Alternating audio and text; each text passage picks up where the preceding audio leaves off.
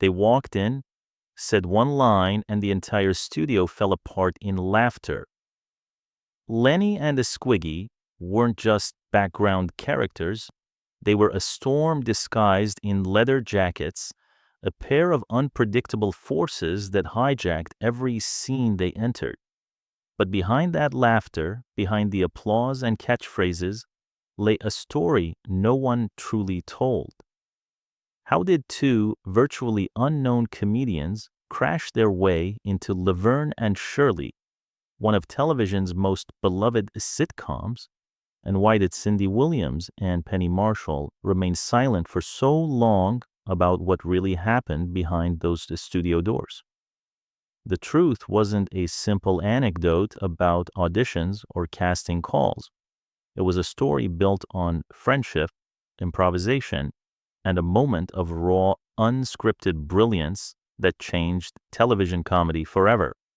A story that began not in a producer's office, but in Penny Marshall's own living room. That night would redefine sitcom history.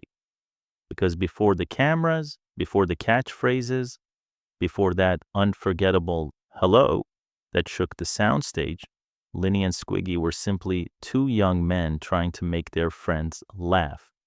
Cindy Williams would later recall that night vividly. It wasn't an audition, it was just a casual evening, drinks, jokes, and two men who suddenly became legends. The story began in Penny Marshall's modest Los Angeles living room, the true birthplace of two of television's most iconic oddballs. It wasn't a casting call. There was no camera, no stage, no script. Just a warm evening filled with laughter where friends gathered around for drinks. The kind of night Penny and her then husband Rob Reiner were famous for hosting. Their home was a revolving door of creativity, writers, comedians, and actors dropping by to talk shop, tell stories, and unwind after long shooting days.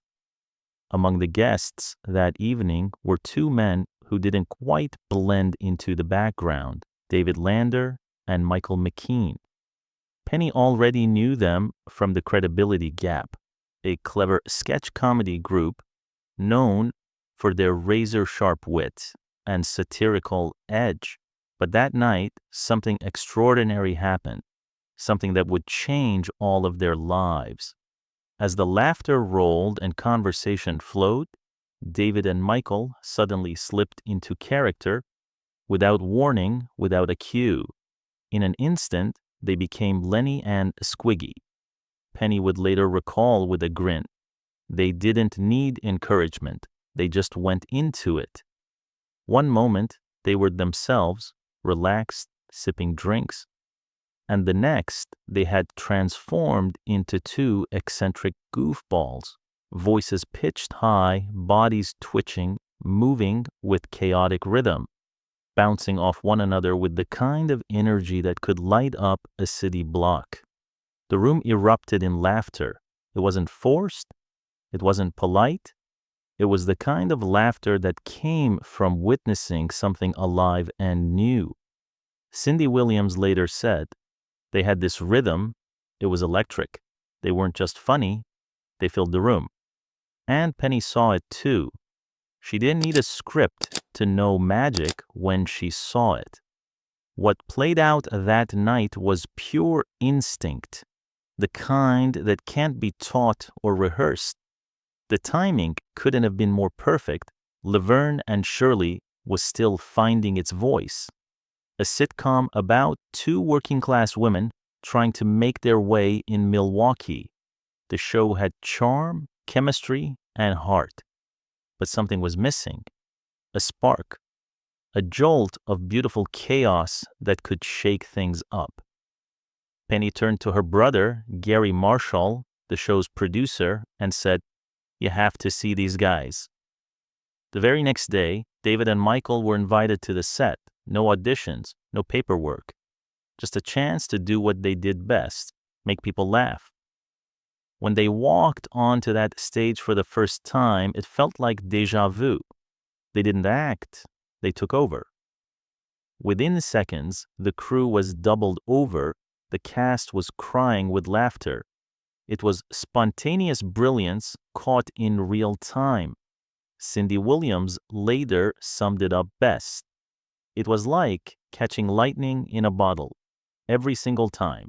When Laverne and Shirley was still a fresh face on television, nobody could have guessed that two side characters, originally called Lenny and Anthony, would one day become comedy legends. At the start, the plan seemed simple. Introduce two neighborhood guys who were even more awkward, broke, and hopelessly over the top than Laverne and Shirley themselves.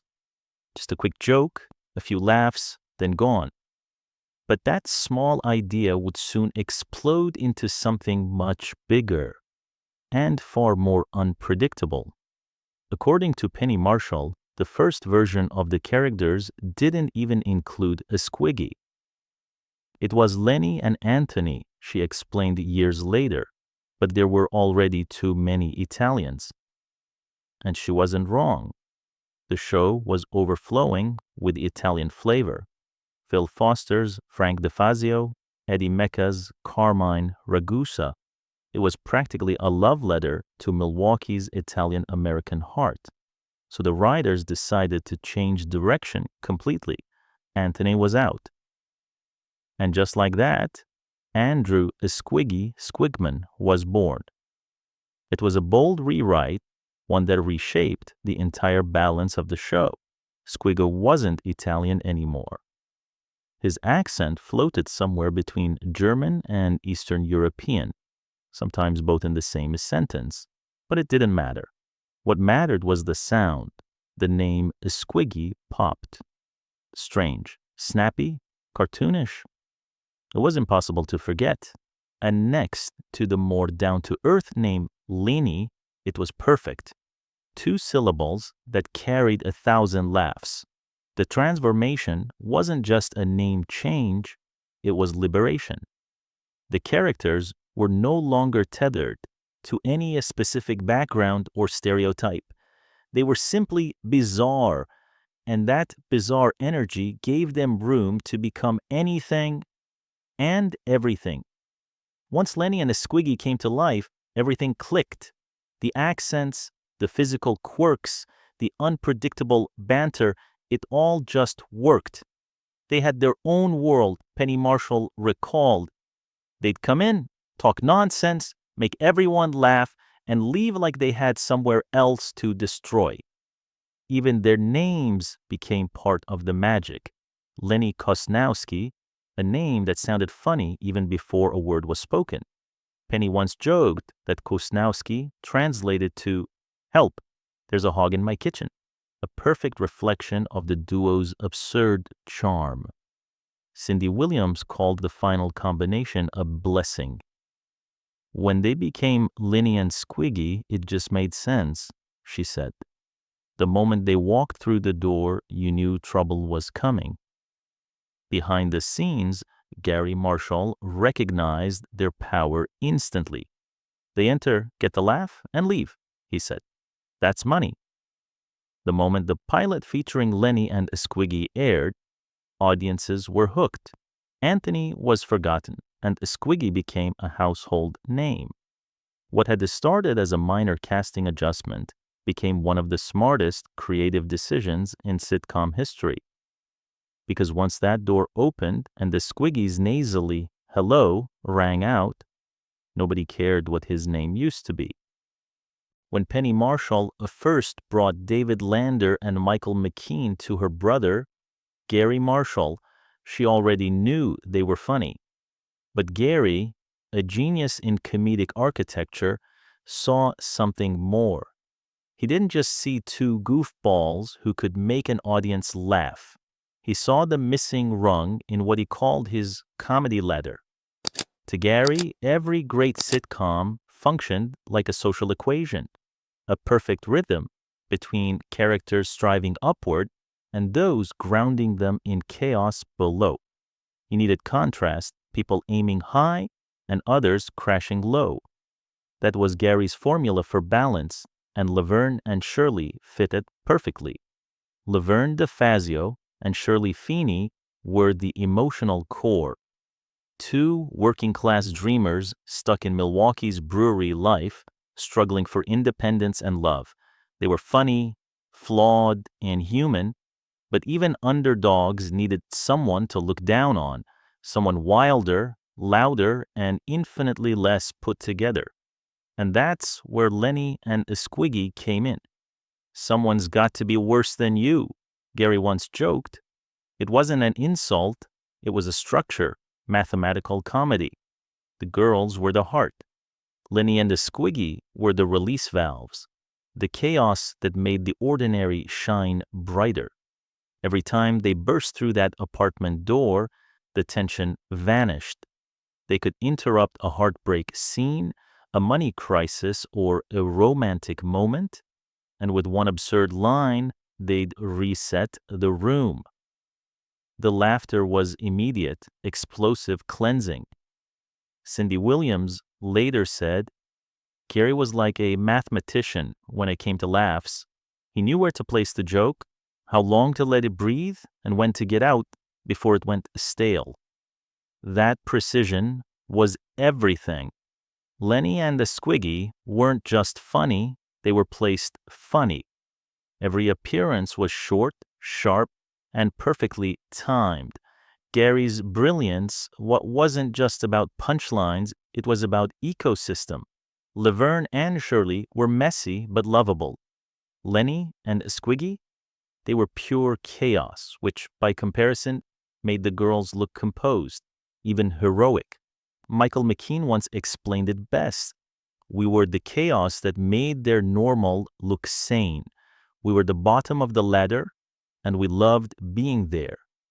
Without them, Laverne and Shirley might have been just another sitcom about roommates and rent. But with them, it became a universe of extremes, dreamers, disruptors, and every kind of oddball in between. And little did anyone realize, this perfect comedic formula would lead to one of the most iconic entrances in television history. A single word that could make an audience erupt. There are moments in television history that you can hear before you even see them. And for Laverne and Shirley, that moment was unmistakable. The slow creak of a door, a heartbeat of a silence, and then, in that perfectly nasal tone that could stop time itself, "Hello!" the crowd exploded every single time. It didn't matter what came before, whether the scene had been tender, tragic, or tense. Once Lenny and Squiggy appeared, the entire atmosphere shifted. They didn't just enter a scene, they owned it. From the very beginning, Gary Marshall taught his cast that timing was everything. The pacing of Laverne and Shirley was lightning quick, a living, breathing machine that thrived on rhythm. But when David Lander and Michael McKean walked in, that rhythm became something else, something electric. They didn't just walk through a door, they arrived. What started as a throwaway cue, door opens, Lenny and the Squiggy enter, became one of the most anticipated moments in sitcom history.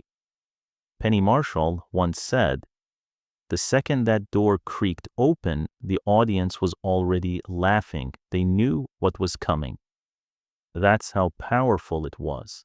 The audience didn't even need dialogue. The sound of the door was enough to trigger laughter.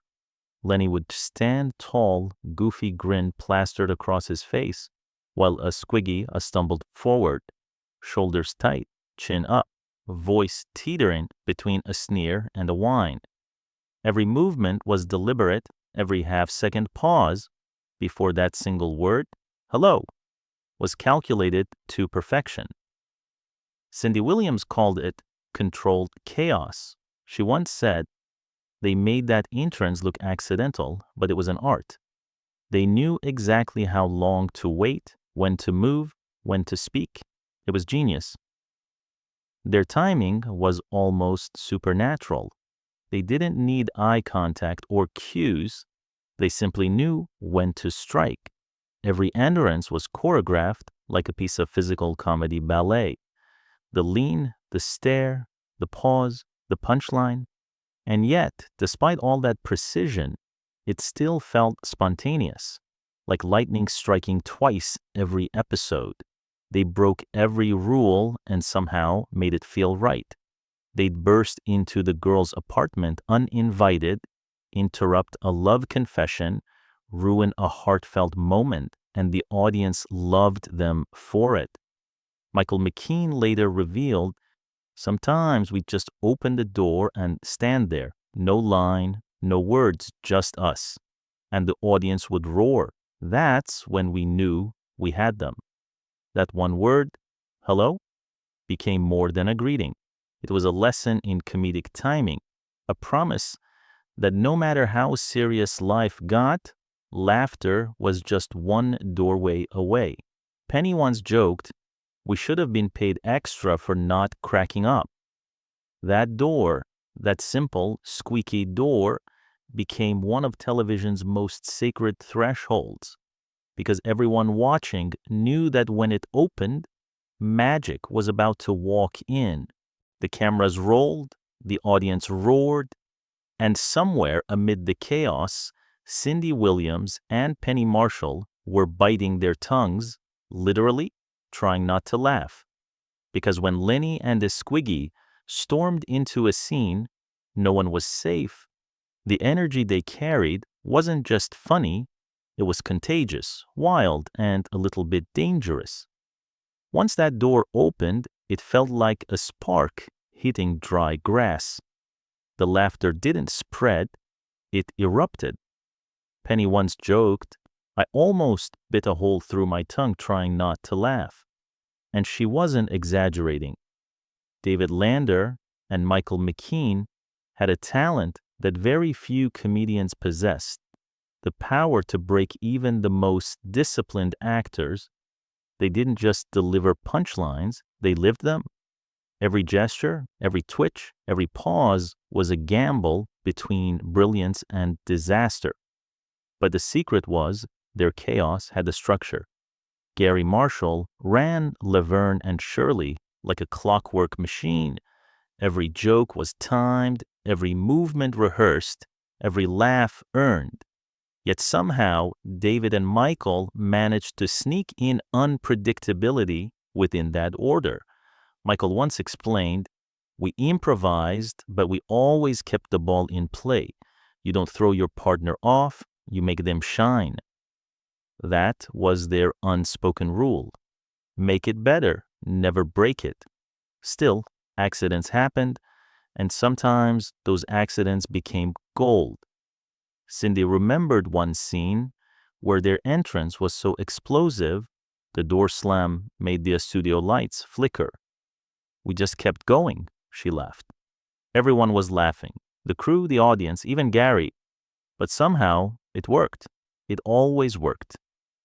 The pair loved to test limits, adding a stray sound, twisting a line, mumbling an absurd phrase that wasn't in the script. It wasn't rebellion, it was jazz. They played comedy like musicians, feeling the rhythm of the crowd and adjusting in real time. Penny called it playing jazz with laughter. But for Cindy and Penny, holding composure was torture. You couldn't help but laugh, Cindy said. It hurt to hold it in, but if you broke, even once, they'd never stop. The cast developed survival strategies. Before certain scenes, Penny would whisper to Cindy, don't look at them, just don't. Because one glance, one crooked grin from a Squiggy, or one blank stare from Lenny, and the scene was doomed. They were like living cartoons, Penny once said. You couldn't fake that energy. Even the crew wasn't immune. Sound mixers tried to stifle their laughter behind the glass booth. Camera operators shook with suppressed chuckles. It was mayhem. Beautiful, hilarious mayhem. And Gary Marshall, ever the perfectionist, let it happen. He'd sit quietly with a stopwatch, waiting.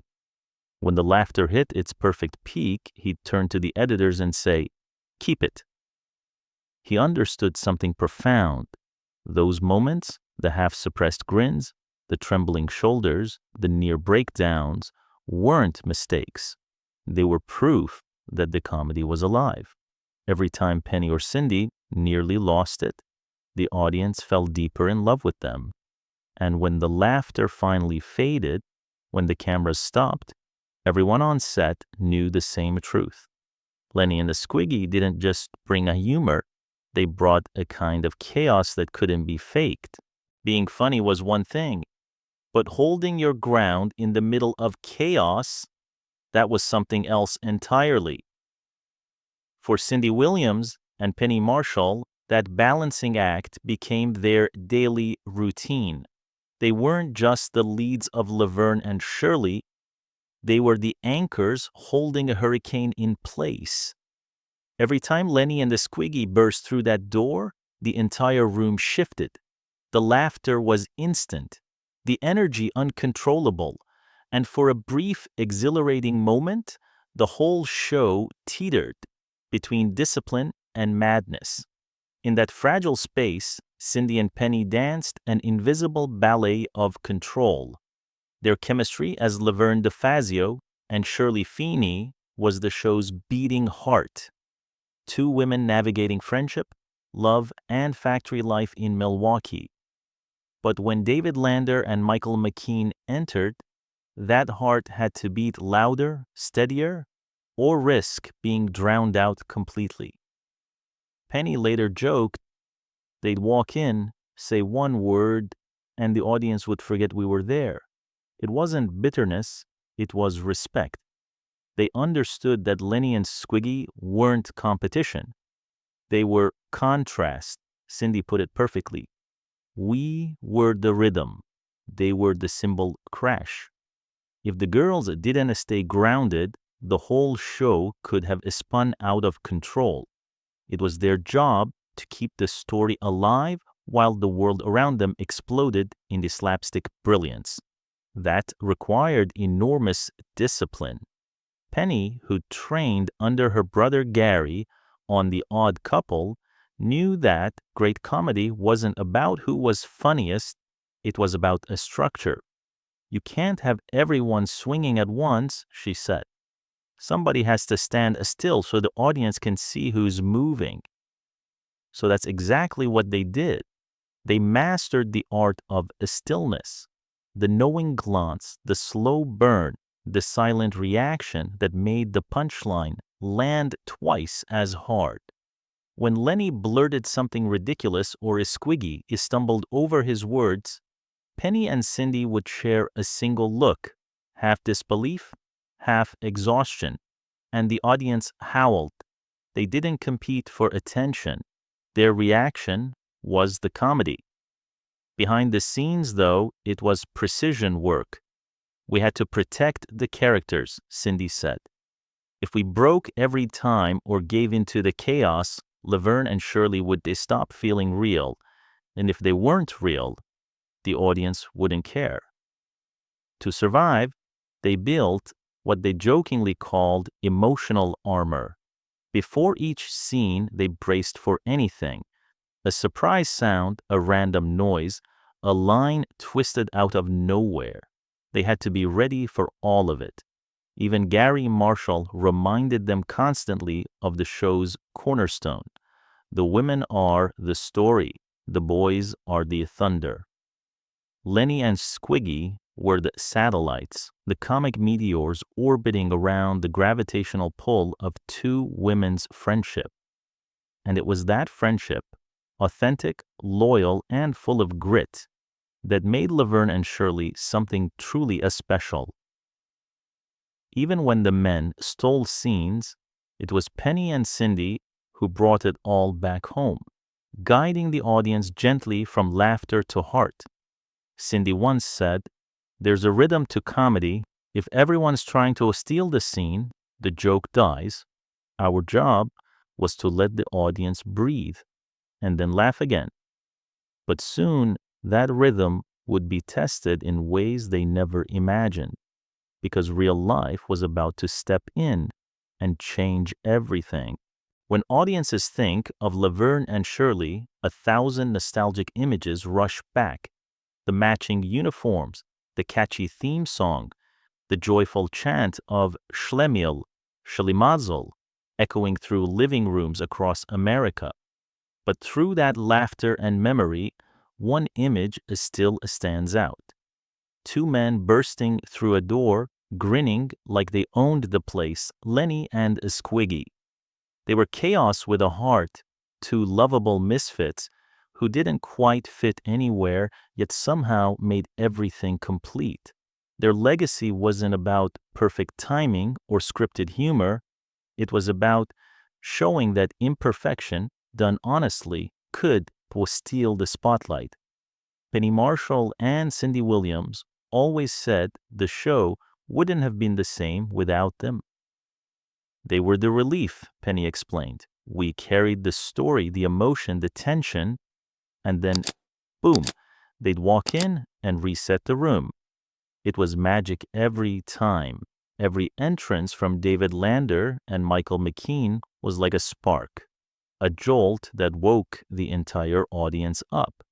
Even the saddest scenes could turn on a dime the moment Squiggy's nasal hello cut through the silence. It was more than a laugh line. It was a reminder that life, no matter how serious, could always make room for humor. That's what Gary Marshall understood better than anyone. Sitcoms live or die on balance. Laverne and Shirley represented the dreamers, people striving to escape the grind of factory life. Lenny and Squiggy represented what they were trying to rise above: failure, absurdity, and the beauty of not having it all together. They were the mirror of real life. Two goofs who stumbled, failed, and laughed anyway. Michael McKean once said, "We weren't cool, we weren't even close, but we were real." Everyone's got a Lenny or a Squiggy in their life. That honesty, that shared imperfection, was what made them timeless. Behind the laughter was craftsmanship of the highest order. Lander brought sharp energy, nervous movement, and unpredictability. McKean countered him with calm timing, deliberate pauses, and perfect delivery. Together, they created a rhythm so precise it felt like music. Cindy Williams remembered watching them work. They'd just look at each other, and you could feel something about to happen. We'd all brace ourselves because we knew it was going to be good. That connection, silent, instinctive, and genuine, was built over years of shared performance. It became more than partnership. It became brotherhood. Their comic bond stretched far beyond the brewery walls of Milwaukee. Michael McKean went on to shine in This Is Spinal Tap, Better Call Saul, and more, while David Lander gave life to animated oddballs in film and television, always carrying Squiggy's mischievous spark with him. But no matter where their paths went, the audience always remembered where it began, in Penny Marshall's living room, with two friends turning chaos into comedy gold. Even when life grew difficult, their bond held strong. When Lander was diagnosed with multiple sclerosis, McKean never drifted away.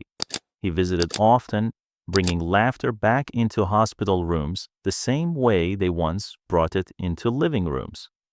When David Lander passed in 2020, McKean said softly, "A nice man, a funny man, my friend for 51 years. It wasn't just a farewell, it was a love letter to a lifetime of laughter." And that's the real legacy of Lenny and Squiggy. They were more than characters, they were a blueprint. The mismatched duo, the oddball energy, the absurd partnership that would inspire decades of sitcoms to come, from Friends to Brooklyn Nine-Nine. Because in every great comedy somewhere, there's still a door that creaks open and a voice that says, "Hello." And for one moment, laughter feels eternal. If Cindy and Penny's story changed how you see Lenny and Squiggy, share your favorite hello moment in the comments. And when you're ready for more behind-the-scenes secrets, stay tuned, because the next story is already waiting behind another door.